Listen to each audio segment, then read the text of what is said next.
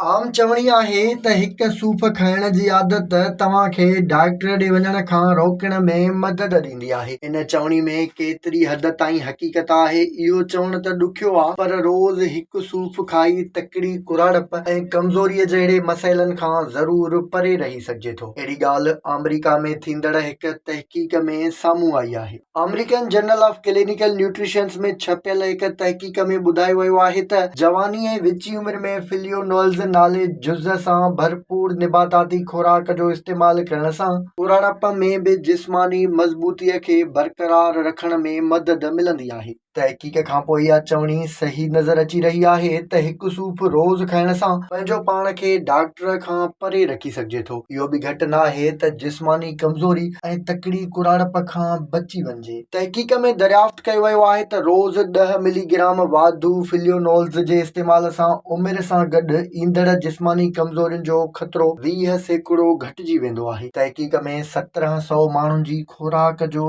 जाइज़ो वरितो वियो। नतीजनि मां ख़बर पई त अहिड़ी खुराक सां उमिरि वधण सां जिस्म ते थींदड़ नाकारी असरनि खां बचण में वॾी मदद मिलंदी आहे। मतिलब त इहो ज़ाहिर थियो त जेकॾहिं तव्हां इहा खुराक जेका सूफ़ में आहे या वरी हिकु सूफ़ रोज़ खाओ था त तव्हांखे कमज़ोरियुनि ऐं तकड़ी कुराड़प खां बचाव मिलंदो, जॾहिं त तव्हां डॉक्टर खां बि परे रहंदा।